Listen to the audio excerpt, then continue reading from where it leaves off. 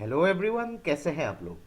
तो आज हम डिस्कस करेंगे रिसेंटली सेंट्रल गवर्नमेंट ने जो 16 फाइनेंस कमीशन है उसके कुछ टर्म्स ऑफ रेफरेंस जो है क्लियर कर दिए हैं यहाँ पे।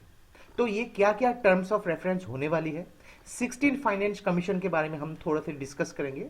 तो 15 फाइनेंस कमीशन जो देखिए 2026 तक ख़त्म होने वाली है, इसके बारे में भी हम थोड़ा सा डिस्कस करेंगे। इसके की फंक्शंस क्या क्या हो सकती है और इसमें देखिए किस तरीके से काम किया जाता है और मेन चैलेंजेस क्या क्या हो सकती है फाइनेंस कमीशन की, इसके बारे में डिटेल में डिस्कस करेंगे। तो देखिए आपके GS2 पेपर के हिसाब से जो इंडियन पॉलिटी पार्ट है उसके हिसाब से बहुत ही इंपॉर्टेंट वीडियो होने वाली है। तो इस वीडियो को अंत तक बिल्कुल देखते रहिएगा। और इससे पहले अगर आप लोगों ने हमारे चैनल को अब तक सब्सक्राइब नहीं किया है तो इसको प्लीज सब्सक्राइब कर लीजिए ताकि आने वाले ऐसे ही वीडियोस के नोटिफिकेशन इसी तरह आपको मिलते रहे। तो चलिए आज का वीडियो शुरू करते हैं। तो रिसेंटली यूनियन कैबिनेट ने अप्रूव किया है terms of reference for the 16 finance commission. तो देखिए यहाँ पे कमीशन क्या करेगी, जैसे कि आप लोग सब जानते हैं कि एक रेवेन्यू शेयर जो है सेंटर और स्टेट्स के बीच में, उसके बीच का एक फॉर्मूला डिवाइस करेगी। और ये पीरियड जो है ये स्टार्ट होने वाला है 1 अप्रैल 2026 से। तो देखिए यहाँ पे टर्म्स ऑफ रेफरेंस क्या क्या है, यानी किस बेसिस के ऊपर ये फाइनेंस कमीशन काम करेगी। तो जो नेट प्रोसीड्स ऑफ टैक्स है जो यूनियन और स्टेट्स के बीच में डिस्ट्रीब्यूट होने वाली है उसको यहाँ पे डिवाइस करेगी। स्टेट्स के अलग अलग रेस्पेक्टिव शेयर्स क्या क्या होती होगी यहाँ पे अलग अलग जो टैक्सेस के, उसके बीच के फॉर्मूला डिवाइस करेगी। जो principal governing grants in aid है for the revenues of the states जो कंसोलिडेटेड फंड ऑफ इंडिया से आती है उसके बारे में यहाँ पे जांच पड़ताल करेगी। और उसके अलावा यहाँ पे देखिए आर्टिकल 275 के हिसाब से यहाँ पे जो स्टेट्स को ग्रांट्स इन एड दिए जाते हैं फॉर स्पेसिफाइड पर्पजेस के लिए उसके ऊपर काम करेगी।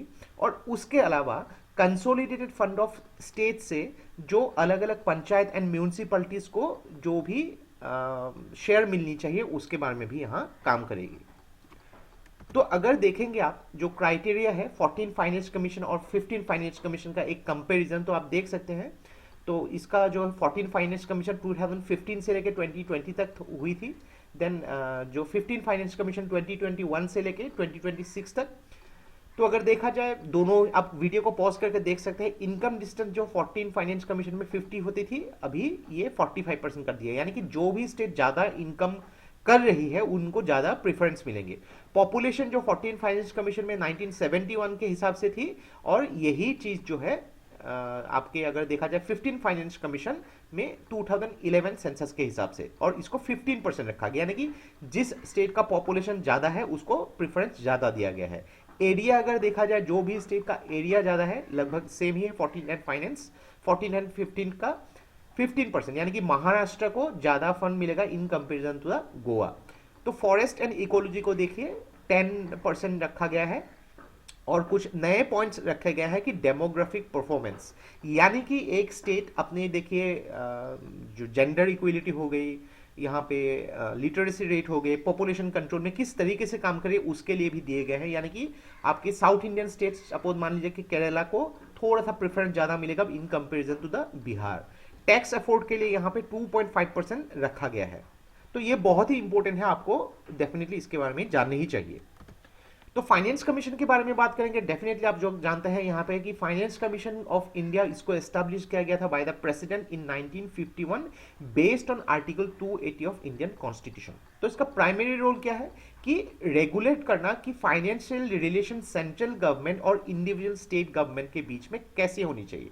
तो इसमें फाइनेंशियल रिलेशन को बात की गई है, यानी कि फाइनेंशियल रिलेशन, इसमें कुछ भी लेजिस्लेटिव या फिर एडमिनिस्ट्रेटिव रिलेशन की बात नहीं की गई है। तो डेफिनेटली आप लोगों ने यहाँ पे अपने पॉलिटी में डिटेल में पढ़ा ही होगा। नेक्स्ट अगर बात करेंगे यहाँ पे फाइनेंस कमीशन हर 5 सालों में अपॉइंट किया जाता है। यहाँ पे फाइनेंस कमीशन में एक चेयरमैन होते हैं और 4 मेंबर्स होते हैं। इनके क्वालिफिकेशन भी जो है डिसाइड करती है फाइनेंस कमीशन के थ्रू। नेक्स्ट यहाँ पे की फंक्शंस अगर बात करेंगे टैक्स डिवोल्यूशन, तो फाइनेंस कमीशन क्या करेगी, रेकमेंड करेगी नेट टैक्स जो है ये सेंटर और स्टेट के बीच में किस प्रकार डिस्ट्रीब्यूट होना है।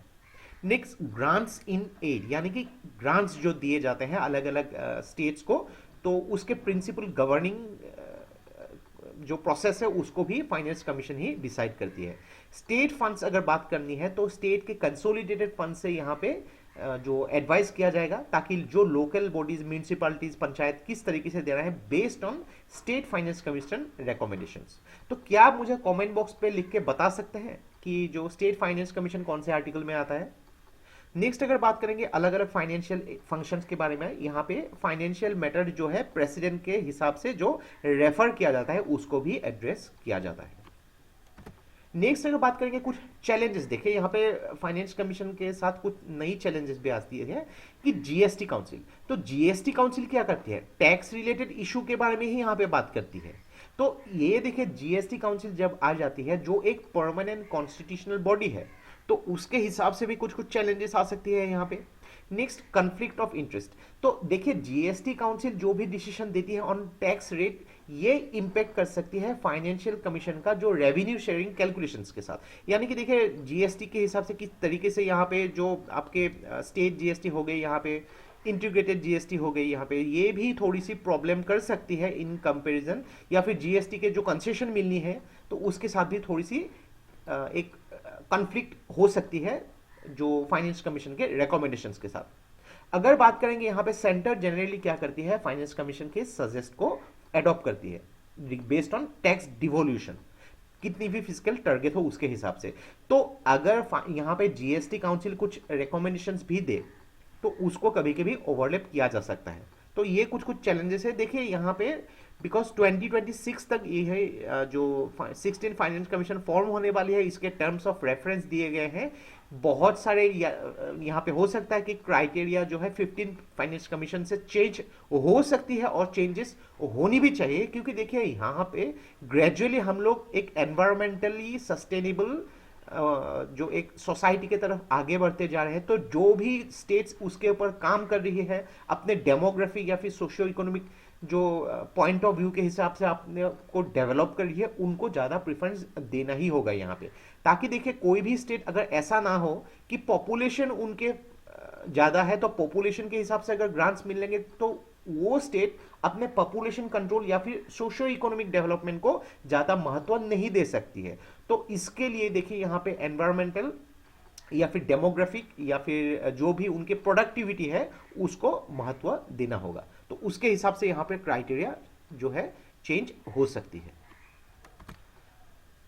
तो ये था हम लोग का complete analysis regarding the terms of reference based on the 16 finance commission जो गवर्नमेंट ने यहाँ पे क्लियर कर दिया है यहाँ पे।